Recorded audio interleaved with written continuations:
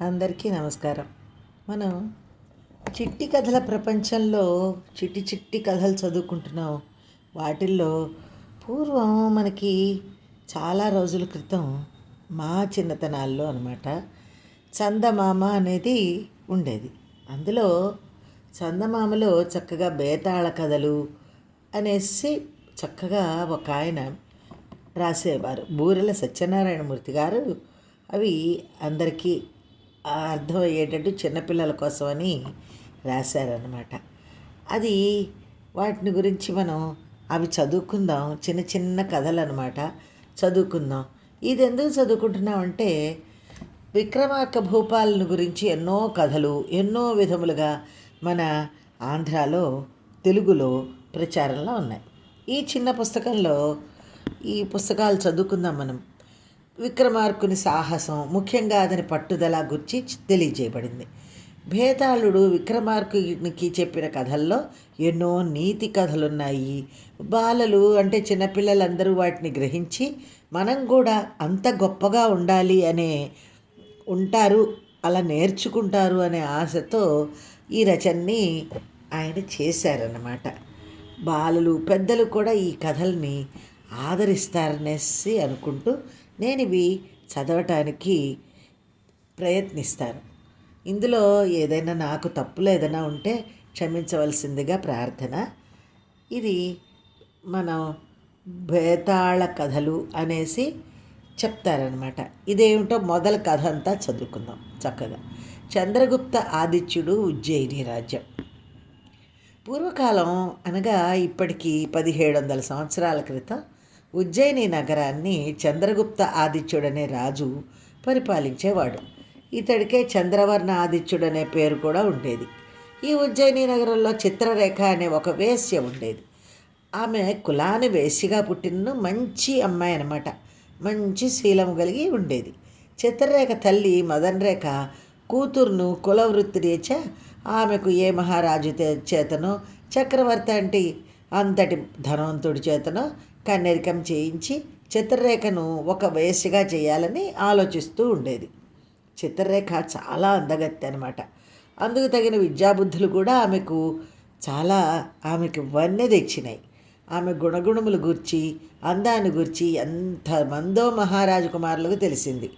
అందువలన చిత్రరేఖను పెళ్లాడాలని, కనీసం ఆమెను తమ రాజస్థానంలో నర్తకిగా చేసుకున్నా బాగానే ఉంటుందని చాలామంది అనుకుంటూ ఉండేవాళ్ళు. చిత్రరేఖ మాత్రం అందుకు సమ్మతించేది కాదు. తల్లి ఏగు మదనరేఖ ఆమెను ఉపయోగించుకొని బాగా ధనం సంపాదించాలని అనుకుంటూ ఉండేది. కానీ చిత్రరేఖ ఈ విషయంలో తల్లిని ఎదిరించి తానొక సాంసారిక జీవితాన్ని గడపాలని నిశ్చయించుకుంది. అంటే సాంసారిక జీవితం అంటే పెళ్లి చేసుకోవాలి, చక్కగా భర్తతో ఉండాలి, పిల్లల్ని కనాలి, ఇట్లా అనుకున్నదనమాట. సకల శాస్త్రములు తగిన గురువుల వద్ద అభ్యసించి చదువుల సరస్వతిగా పెరిగిందనమాట అమ్మాయి. అట్టి సమయంలో ఒకనాడు ఒక బ్రాహ్మణ యువకుడు ప్రయాణం చేస్తూ వచ్చి చిత్రరేఖ మందిర ప్రాంగణంలో ఆ రాత్రి పడుకున్నాడు. ఎన్ని రాత్రుల నుండో నిద్ర లేకపోవటం వలన ఏమో రాత్రి నిద్రపోయిన ఆ బ్రాహ్మణుడు యువకుడు సూర్యోదయమైనను ఆ మందిరం అరుగు మీదనే పడుకుని ఉన్నాడు. పూర్వకాలంలో ఇళ్ళకి అరుగులు ఉండేవి. ఎందుకంటే మార్గ మధ్యలో ఎవరైనా బాటసారులు వచ్చి మన ఇళ్లల్లోకి రాకపోయినా ఆ అరుగుల మీద పడుకొని రెస్ట్ తీసుకుంటారు అనేసి అటువంటి అరుగులు ఉండేవన్నమాట. ఇప్పుడు ఎక్కడా అరుగులే లేవు. ఉదయంలో పొద్దున్నే దాసీలు ఊడవటానికి వచ్చారు. అతన్ని చూసి మదన్ రేఖకి చెప్పారు. ఆ అమ్మాయికి ఎవరు తల్లికి చెప్పారనమాట. ఆమె కూతురుకు చిత్రరేఖతో వచ్చింది. ఆ బ్రాహ్మణ యువకుడిని చూశారు. చాలా అందమైన అతడు అనమాట. ఆ బ్రాహ్మణ యువకుడు చాలా నవమన్మధాకారుడు. అతని సోయగాన్ని చూచి చిత్రరేఖ ఎంతో ఆనందించింది, మనసారా ప్రేమించింది. అందువలన ఆమె కోరికతో తల్లి మదనరేఖ అతన్ని తమ మందిరంలోనికి సేవకులతో చేర్పించి శీతలోపచారములు చేయించారు. కొంతసేపటికి వారి ఉపచర్యల వల్ల బ్రాహ్మణ యువకుడు నిద్ర నుంచి మేల్కొని వాళ్ళని చూసి, ఎవరు మీరు? నేను ఈ హంసతూలిక తల్పానికి ఎట్లా వచ్చాను అంటే పెద్ద మంచి మంచం మీద పడుకోబెట్టారనమాట. హంసతూలిక తల్పం అంటారు పెద్ద మంచాన్ని. బెడ్రూమ్లో వేసుకునే పెద్ద పెద్ద మంచాలని హంసతూలికా తల్పము అంటారు. నన్ను ఈ విధంగా సేద తీర్చినందులకు మీకెంతో కృతజ్ఞుడినే అని చెప్పాడు. ఆ బ్రాహ్మణ యువకుడికి బెలకు వచ్చేటప్పటికి అతని పక్కన చిత్రరేఖే ఉన్నది. అందువలన ఆమె అతన్ని చూచి, మహాత్మా, మేమే ఇక్కడికి చేర్చాము. మీరు 4-5 రోజుల నుండి నిద్ర లేకున్నట్లుంది. గాఢంగా నిద్రపోచున్నారు. మీ నిద్రకు భంగం రాకుండా, మీకు ఎట్టి ఆటంకము కలగకుండా నేను చూస్తున్నాను. నా పేరు చిత్రరేఖ. కులంలో వేశ్యను. మీరెవరు? మీ ఏ గ్రామం నుంచి వచ్చారు? ఎందుకు వచ్చారు అని ఆప్యాయంగా అడిగింది. అప్పుడు ఆ బ్రాహ్మణ యువకుడు, చిత్రరేఖ, నేను బ్రాహ్మణ వంశంలో పుట్టాను. నా పేరు విద్యాసాగరుడు. పేరులోనే విద్య కలదు, కానీ నాకు ఏ విద్య సరిగా రాదు. అందువలన తల్లిదండ్రులు, సోదరులు, బంధువులు, స్నేహితులు నన్ను ఎంతో హేళన చేసేవారు. నన్ను ఒక గడ్డి పరకను చూసినట్టు, తృణమును చూచినట్లు అంటారు. తృణము అంటే గడ్డి పరక. తృణమును చూచినట్లు చూచి అగౌరవపరిచేవారు. అంటే గడ్డి పరకను చూచినట్టు అగౌరవపరిచేవారు. అతని కథ ఇలా చెప్తున్నాడనమాట ఆ విద్యాసాగరుడు. అందువలన నేను ఒకనాడు ఎవరికీ చెప్పకుండా విద్య నేర్వాలన్న పట్టుదలతో ఇల్లు విడిచి బయలుదేరాను. ఎంతమందినో ఆశ్రయించాను, కానీ నా కోరిక తీరలేదు. అయినా నా పట్టు విడవకుండా బయలుదేరాను. ఒక అడవిలో ఒక బ్రహ్మరాక్షసి వలన సకల విద్యలు నేర్చుకున్నాను. నాకు విద్యలు నేర్పిన ఆ బ్రహ్మరాక్షసి శాపవశమైన బ్రహ్మరాక్షసి, కానీ నిజంగా ఆయన ఒక గంధర్వుడు. శాపము తీరి ఆయన నన్ను దీవించి తన లోకానికి వెళ్ళిపోయాడు. నేను ఆయన సెలవు పొంది ఇంటికి బయలుదేరాను. మార్గమధ్యంలో నిద్రలేమి వలన, ఆహార లోపం వలన అలసటతో మీ ఇంటి అరుగుపై పడుకున్నాను అని తెలియజేశాడు. అతని వాక్యములకు ఆ తల్లి కూతుళ్ళు చాలా ఆనందించారు. చిత్రరేఖ అతనికి తన కోరిక వెల్లడిస్తూ తనను ప్రేమించమని, పెళ్లాడమని ప్రార్థించింది. తల్లి కూడా తన ఆమోదాన్ని తెలిపిందనమాట. అందుకు బ్రాహ్మణ యువకుడు, చిత్రరేఖ, నేను బ్రాహ్మణ వంశంలో జన్మించిన వాడును. నీవేమో వేశ్యకులంలో జన్మించావు. పరపురుష సంపర్కం ఎరుగని కన్యకవే అయినా నా మనసు అంగీకరించడం లేదు. బ్రాహ్మణ కన్యకవే అయితే ఆనందంతో స్వీకరించేవాడను. ఇక నీవు నాకు ఎంతో పరిచర్య గావించి నాకు ఆనందం కలిగించావు. ఇందుకు నేను నీకెంతో రుణపడి ఉన్నాను. ఇందుకు ప్రత్యుపకారం పెళ్లి మాట తప్పించి ఇంకేదన్నా అడుగు, తప్పక తీర్చి రుణ విముక్తుడినవుతాను అని సమాధానం చెప్పాడు. మదనరేఖ మహారాజును దర్శించటం. ఆయన మాటలకు చిత్రరేఖ సమ్మతింపలేదు. నీవు నన్ను పెళ్లి చేసుకోవాల్సిందే, కానీ లేకపోతే నేను చచ్చిపోతాను, నేను మరణిస్తాను కానీ జీవించలేను అని ఖచ్చితంగా చెప్పింది. కూతురు ఎక్కడ మరణిస్తుందో అన్న భయంతో తల్లి అయిన మదనరేఖ ఆ దేశం మహారాజుకు విన్నవించుకొని నా కూతురుకు ప్రాణదానం చేయించండి అని వేడుకొన్నది. ఆ రోజుల్లో ఏదైనా చిన్న లోపం ఏదైనా వచ్చినా, చిన్న సమస్య వచ్చినా రాజుల దగ్గరికి వెళ్ళేవారనమాట. అలా రాజుగారి దగ్గరికి వెళ్ళి వేడుకున్నది. వెంటనే మహారాజు విద్యాసాగర్ని తన వద్దకు పిలిపించాడు. అతని రూపురేఖా విలాసములకు చాలా మురిసిపోయాడు. విద్యాసాగర, నీకు తెలియని ధర్మములు ఉండవనే తెలుస్తున్నాను. నీకు రాత్రింబవళ్ళు సేవ చేసి నిన్ను రక్షించున్నది నీకు మనసిచ్చినది. నీవు కాదన్నచో మరణించగలదు, కావున ఆమెను భార్యగా స్వీకరించుము అని బోధించాడు. విద్యాసాగరుడు మహారాజును చూచి, మహారాజా, ఇది నా బ్రాహ్మణత్వమునకు భంగకరమైనది. ఆమెను మీరన్నట్లు స్వీకరించుటకు బ్రాహ్మణ కన్యక కాదు కదా అని తిరిగి మహారాజునే ప్రశ్నించాడు. మహారాజు బాగా ఆలోచించాడు. విద్యాసాగర, మంచిది, నీవన్నట్లు బ్రాహ్మణ పుత్రికనే పెండ్లాడము, తర్వాతనే ఈ కన్యకను స్వీకరింపము. అదే సమయంలో క్షత్రియ కన్యకైన ఆ రాజు యొక్క కూతురు కూడా ఈ నవమన్మధుడైన ఈ బ్రాహ్మణ యువకుడిని చూసి మోహించింది. ఆమె కూడా ప్రేమలో పడింది. ఆమెను కూడా వివాహం చేసుకోవాలి. అప్పుడు బ్రాహ్మణ యువతిని ఒక ఆమెని తర్వాత క్షత్రియ కన్యని చేసుకొని, అదొక రూల్ అన్నమాట. బ్రాహ్మణ యువకుడికి కానీ వాళ్ళ కన్యలను చేసుకున్న తర్వాత మిగిలిన వాళ్ళు చేసుకోవచ్చు. అట్లాగా ఈ వేశ్యను కూడా చేసుకున్నాడు అనమాట. అలా చేసుకున్న వాళ్ళల్లో క్షత్రియ కన్యకేమో విక్రమార్కుడు, బ్రాహ్మణ కన్యకి భట్టి, ఇలాగ తర్వాత వరరుచి అనేసే ఆ వేశ్యకు భర్తృహరి అనే అతను ఇంకొక ఆమెకు 4 భార్యలకి 4 పిల్లలు పుట్టారు. ఈతడు తన చివరి కాలంలో ఈ భర్తృహరి అనేవాడిని మనం భర్తృహరి సుభాషితాలు అని మనం తెలుసుకుంటూ ఉంటాం, అప్పుడప్పుడు చదువుతూ ఉంటాం కదా. ఆ భర్తృహరి అనే అతను సైన్యాధిపతి అయ్యాడు, కానీ చివరి కాలంలో భార్య మరణానంతరం విరాగి అనేక సుభాషితాలు వ్రాసి లోకల్లో ప్రసిద్ధ పురుషుడయ్యాడు. అక్కడి నుంచి విక్రమార్కుడికి ఆ రాజు ఆ రాజ్యాన్ని తన కుమార్తెకి కొడుకైన విక్రమార్కుడికి ఆ రాజ్యాన్ని అప్పగించాడు రాజు. అందుకని ఆ విక్రమార్కుని పరిపాలనలో ఉజ్జయిని నగరం మిక్కిలి ఉన్నత స్థితికి వచ్చింది. విక్రమార్కుడు ధర్మం తప్పకుండా ప్రజలను పోషించాడు. ప్రజలకు ఏ హాని రానియకుండా కంటికి రెప్పలా కాపాడుతూ ఉండేవాడు. విద్వాంసులను, పండితులను, కవులను, కళాకారులను ఆదరిస్తూ వారి ఆశీర్వాదాలు పొందుతూ ఉండేవాడు.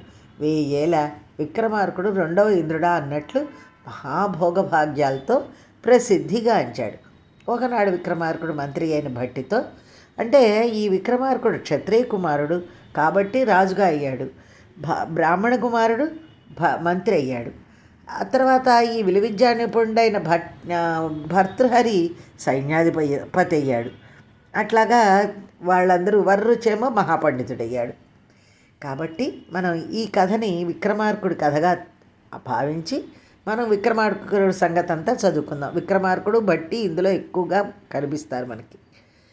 ఈ విక్రమార్కుడు ఒకరోజు మంత్రి అయిన భట్టితో విలువిద్యా నిపుణులైన వేటగాళ్లతో వేటకు బయలుదేరాడు.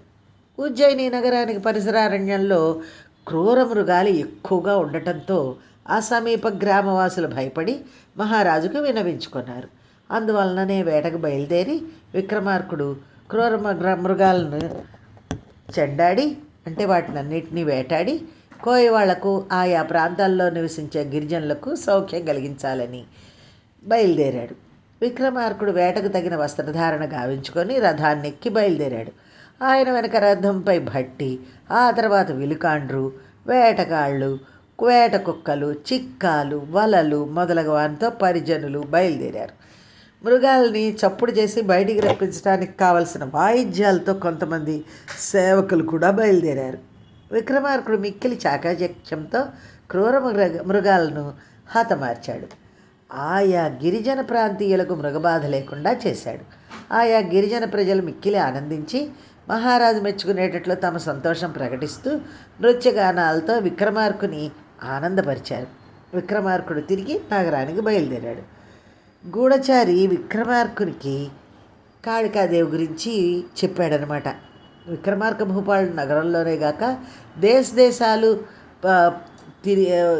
తిరిగి ఆయా ప్రదేశాల వింతలు విశేషాలు తెలుసుకొని వచ్చి విన్నవించటం కోసం అనేక మంది భటుల్ని నియమించాడు. వారు ఆయా ప్రాంతాలను సందర్శించి విశేషాలు చెప్పి వింతలు విశేషాలు చెప్తూ ఉండేవాళ్ళు. విక్రమార్కుడు ముగించి తన పరివారంతో నగరానికి బయలుదేరారు. ఆ సమయంలోనే దేశాలను సంచరించే భటలు ఇద్దరు ఒక భిల్లుతో అక్కడికి వచ్చి విక్రమార్కుని చూచి ఇట్లా అన్నారు: ఓ మహారాజా, మేము అనేక దేశాలు చూచాం, మన సామ్రాజ్యానికి చెందిన అనేక ప్రాంతాలు కూడా చూచొచ్చాం. సర్వత్రా మేము చూచిన అన్ని ప్రాంతాల్లోనూ తమను గూర్చి పొగిడేవారే తప్ప నిందించేవారే మాకు కనిపించలేదు. మేము చూసిన ఒక ప్రదేశంలో ఒక మహా అద్భుతమైన విశేషం కనిపించింది. అదేంటంటే వింధ్యారణ్య సమీపంలో వింధ్యారణ్యాలని, వింధ్య పర్వతాలని ఉన్నాయి. ఆ చుట్టుపక్కల సమీపంలో గల ఒక కీకారణ్యం అంటే కాకులు దూరని కారడవి, చీమల దూరని చిట్టడవి అని బాగా చిక్కగా ఉంటాయి చెట్లు అవిను. అందులోకి ఎవరు వెళ్ళాలన్నా కూడా చాలా మృగాలు ఉంటాయి, పాములు ఉంటాయి, ఇట్లాంటివన్నీ ఉంటాయి. అటువంటి దాన్ని కీకారణ్యం అంటారు. ఆ కీకారణ్యంలో ఒక కాళికామాత ఆలయం ఉంది. అందులో దేవీ విగ్రహం మహాభీకరాకారం కలిగి ఉన్నది. దేవీ విగ్రహం ముందు ఒక నుయ్యిలా ఒక పెద్ద అఘాతం ఉంది. అందులో నుంచి పైదాకా అనేక త్రిశూలాలు ఉన్నాయి. వాటికి పైన ఒక తొట్టె ఉన్నది. ఆ అఘాతంపై గల, అంటే అఘాతం అంటే నుయ్యిలాగా ఉంది కదా అది, అందులో గల గట్టుపై నిలిచి ఎగిరి ఆ తొట్టెను పట్టుకొని ఖండించిన వానికి దేవి ప్రత్యక్షమై కోరిన వరవుల్ని ఇస్తుందిట. అట్టి ప్రకటన గల శిలాఫలకం కూడా ఉంది అక్కడ. అంటే ఒక రాతి మీద రాసి అది చెయ్యాలి, ఎవరైతే వీరులు ఉంటారో అలాంటివి చెయ్యాలి అని. ప్రభు ఆ గట్టున నిలబడి ఎగిరి ఆ తొట్టెనందుకొని ఖండిస్తే అట్టివారు తప్పక ఆ త్రిశూలములపై పడగలరు, శరీరమును దిగిపోగలవు. ఆ త్రిశూలములు అంత పదును కలిగి ఉన్నాయి. అక్కడ ఆ శిలాఫలకముపై ఉన్న వ్రాత చూచి భయపడి ఎవ్వరూ అందుకు సాహసించడం లేదు. ఇప్పటికీ ఎన్నో సంవత్సరాల నుండి అలాగే ఉందిట. ఈ భిల్లుడు కూడా ఎన్నో సంవత్సరాల నుండి చూస్తున్నట్ట. కానీ ఇంతవరకు అట్టి సాహసం ఎవ్వరూ చేయలేదుట. మేము ఆ ప్రాంతముని చూచాం. అది చాలా భయమును కలిగించుచున్నది. దేవరవారు చూడదలుచుకుంటే ఈ భిల్లును కూడా తీసుకొని వెళ్ళగలరు. చూస్తారేమోనని ఈ భిల్లును కూడా తీసుకొచ్చాం. ఆ భిల్లుడు అంటే ఆటవికుడు అనమాట. ఆ మార్గం అంతయు వీనికి బాగా తెలియను. ఈతని సహాయంతోనే మేము ఆ జగన్మాతను చూడటం, మరల సరి అయిన మార్గమునకు రావటం జరిగింది అని చెప్పారు. వారి మాటలను ఆలకించిన విక్రమార్క భూపాలునికి ఆ విచిత్రం ఏమిటో ఉంటే చూడాలని ఉత్సాహం కలిగింది. వెంటనే భట్టిని చూచి, ఓ సోదరా, నీవు రాజ్యానికి పోయి నేను వచ్చే వరకు రాజకార్యాలు చూస్తూ ఉండు. నేను ఆ విచిత్రం ఏంటో చూసి వస్తానని పలికి భట్టిని రాజ్యానికి పంపించేశాడు. తాను భిల్లుని సహాయంతో ఆ కీకారణ్యానికి బయలుదేరాడనమాట. విక్రమార్కుడు ఆ మార్గం చాలా భయంకరంగా ఉంది. క్రూరమృగ సంచారం, లోయలు, గుహలు, ముళ్ళ పొదలు చాలా విశేషంగా ఉంది. అయినా విక్రమార్కుడు వెనకంజ వేయలేదు. క్రమంగా ఇరువురు కాళికా దేవాలయం చేరుకున్నారు. గూఢచారి చెప్పిన దానికన్నా అక్కడ ఆ లోయ అంటే నుయ్య వంటిది, నుయ్యిలాగా ఉంది, బావిలాగా వెల్లాగా ఉందన్నమాట. మహాభయంకరంగా ఉంది. అందుండి అనేక త్రిశూలములు మంచి పదును కలిగి మిలమిలా మెరుస్తూ ఉన్నాయి. వాని మీద పెద్ద మద్ది వృక్షం కొమ్మకు వేళ్లాడుతున్న 7 ఇనుప గొలుసులు వేళ్లాడుతూ ఉన్నాయి. ఆ మద్ది వృక్షం ఎక్కి కానీ లేదా కింద గల గట్టుపై నుండి ఎగిరి కానీ ఆ 7 గొలుసులను పట్టుకుని ఒక్క వేటున ఖండించాలి. అట్టి సాహసవంతుడికి దేవి ప్రత్యక్షమై కోరిన వరాలు ఇస్తుంది. ఇది అక్కడ సారాంశం. ఖండించిన వెంటనే అతడు తప్పక త్రిశూలములపై పడిపోతాడు. త్రిశూలములట్టి వాడి శరీరం నుండి దూసుకొని పోతాయి. అయినా విక్రమార్కుడు భయపడలేదు. విక్రమార్కుడు బాగా ఆలోచించాడు. కాళీమాత ఈ పరీక్ష ఎందుకు పెట్టిందో. ఉట్లు దిగ్గొట్టిన వెంటనే అతడు త్రిశూలములపై పడి ప్రాణాలు కోల్పోవును. అట్టి వానికి శ్రీమాత ఎట్టి వరములు ప్రసాదించును. ఇందు ఏదో మహత్తు ఉండును. ఏదైనా భయపడి వెనకంజ వేయటం చాలా నీచమైన కార్యం. రాచపుట్టుక గల అంటే క్షత్రియపుత్రుడు కదా, రాచపుట్టుక గల నా వంటి వాడికి ఈ పిరిగితనం అస్సలు మంచిది కాదు అని నిశ్చయించుకున్నాడు. వెంటనే వరలో ఉన్న ఖడ్గాన్ని చేతిలోకి తీసుకున్నాడు. దేవికి మనసారా నమస్కరించుకున్నాడు. గట్టుపైకెక్కి ఎగిరి ఆ ఉట్లను అందుకున్నాడు. 7 ఉట్లను వామహస్తంలో కంటే ఎడం చేతిలోకి తీసుకున్నాడు. కుడి చేతిలో గల దక్షిణహస్తమున గల ఖడ్గముతో అంటే కుడి చేతిలో ఉన్న ఖడ్గముతో ఒక్క వ్రేటున ఆ 7 ఉట్లను ఖండించాడు. ఇంకేముంది, ఆ పైన ఇక ఏ ఆధారము లేకపోవటంతో విక్రమార్కుడు త్రిశూలముల మీద పడిపోయాడు. కానీ విక్రమార్కునికి ఆ త్రిశూలములు గుచ్చుకోలేదు. కాళీమాత అదృశ్య రూపముగా వానిపై ఉండటచే ఆ దేవి అలా పడిన విక్రమార్కుని చేతుల్లో ఎత్తుకొని కరములు అంటే చేతుల్లో ఎత్తుకొని వచ్చి గట్టుపై నిలిచింది. మురిపెంతో ఇట్లా అంది, కాళీమాత సాక్షాత్కారం అంటే ధైర్యే సాహసే లక్ష్మి. ధైర్యంతో ఇందులో అమ్మవారే వస్తుంది అనేసి అన్నారు కదా, మనం ఎందుకు భయపడాలి అనేసి అమ్మవారిని నమ్మి చేశాడు విక్రమార్కుడు, గెలిచాడనమాట. కాళీమాత సాక్షాత్కారం ఇచ్చింది. నాయనా విక్రమార్క, నీ సాహసానికి నేను ఎంతో ఆనందిస్తున్నాను. నీ వంటి సాహసి చిరకాలము ఎప్పుడు కూడా ఈ ధరిత్రి పాలించుట ధర్మము. కావున నీవు 1000 సంవత్సరాలు రాజ్య పరిపాలన చేస్తావు కాక. నీ సోదరుడు నీ మంత్రి అయిన భట్టి కూడా నీ 1000 సంవత్సరముల పరిపాలన ముగిసే వరకు నీతోనే ఉంటాడు. అంత్యమున చివరిలో మీ ఇరువురు నాలోనే ఐక్యమవుతారు అని ఆశీర్వదించింది. విక్రమార్కుడు చేతులు మోడ్చి, అమ్మా, నీవి దుర్గమారణ్యంలో ఉండట కంటే రాజ్యంలో నివసిస్తూ ఉండు. మా కుటుంబాలే కాక ప్రజలు నిన్ను నిత్యము పూజిస్తారు అని ప్రార్థించాడు. కాళీమాత సమ్మతించింది. తర్వాత విక్రమార్కుడు కొలది రోజులకే ఆ కాళీమాత విగ్రహాన్ని ఉజ్జయిని నగరంలోకి తీసుకొచ్చి ప్రతిష్ఠింపజేశాడు. కాళీమాత అనుగ్రహం పొంది రాజధానికి చేరుకున్నాడు. జరిగినదంతా భట్టికి తెలియజేసి దేవి ఇచ్చిన 1000 సంవత్సరముల ఆయు పరిమాణం కూడా తెలిపి మనమిరువురము 1000 సంవత్సరములు హాయిగా విడిపోకుండా జీవించగలము అని ఆనందంతో భట్టిని కౌగిలించుకున్నాడు. భట్టి యుక్తిగా ఏం చేశాడు? 1000ని 2000గా మార్చాడు.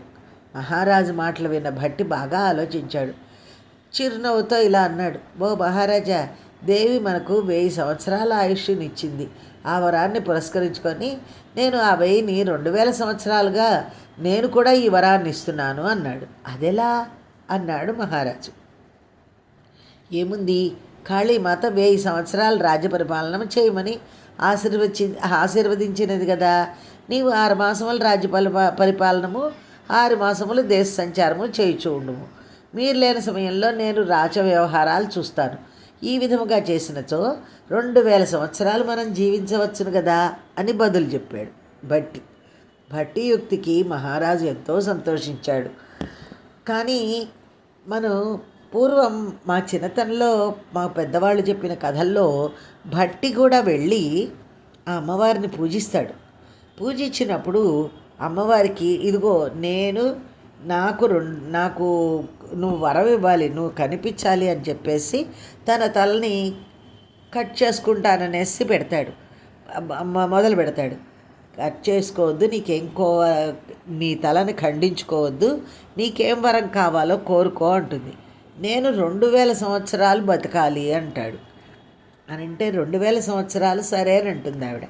అప్పుడు ఈ 1000 సంవత్సరాల రాజ్యకాలాన్ని తను 2000 సంవత్సరాలు బతికి ఉంటాడు కనుక దాన్ని ఇట్లాగా 6 నెలలు విక్రమార్కుడు రాజ్యం చేసేటట్టు, 6 నెలలు దేశాటనం చేసేటట్లు విభజించి విక్రమార్కుడికి కూడా 2000 సంవత్సరాలు ఆయుర్దాయం కలిగేటట్టుగా చేశాడు అనేసి విన్నాం అన్నమాట. భట్టి యుక్తికి మహారాజు ఎంతో సంతోషించాడు. భట్టి చెప్పిన ప్రకారంగానే ఆనాటి నుండి విక్రమార్కుడు 6 నెలలు రాజ్యపాలనము, 6 నెలలు దేశ సంచారము చేయటం ప్రారంభించాడు. వింధ్యారణ్యములోనున్న కాళీమాత విగ్రహమును కొనివచ్చి ఒక శుభముహూర్తంలో ఉజ్జయిని నగరంలో ప్రతిష్ఠించారు. ఆనాటి నుండి ఆ కాళీమాత నిత్య పూజలతో వెలుగొందుతున్నది. నేటికి కూడా ఆ ఉజ్జయిని నగర కాళీమాత మహాప్రఖ్యాతితో కొలవబడుతున్నది. కాబట్టి ఎవరైనా ఉజ్జయిని వెళ్ళిన వాళ్ళు ఆ కాళీమాతను కూడా దర్శించి విక్రమార్కుడి యొక్క గొప్పతనాన్ని, అక్కడ ఉంటుందట శిలాఫలకాల మీద, అవన్నీ చూసి ఆ అమ్మని దర్శనం చేసుకుని ఆ అమ్మ యొక్క అనుగ్రహాన్ని పొందుతారని ఆశిస్తూ, అందరూ చిట్టిపిల్లలు ఈ విక్రమార్కుడి కథలు తెలుసుకుని మీరు కూడా చాలా విక్రమార్కుడంత ధైర్యవంతులు కావాలి, చాలా గొప్పవాళ్ళు కావాలి, నీతివంతులు కావాలి, ధర్మవంతులు కావాలి.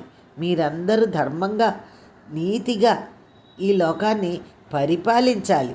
కాబట్టి మీరందరూ కూడా ఈ కథల్ని తెలుసుకుని ధర్మంగా ఎలా ఉండాలి, నీతిగా ఎలా ఉండాలి అనేసి మనం ఇందులో తెలుసుకుందాం. ధన్యవాదములు.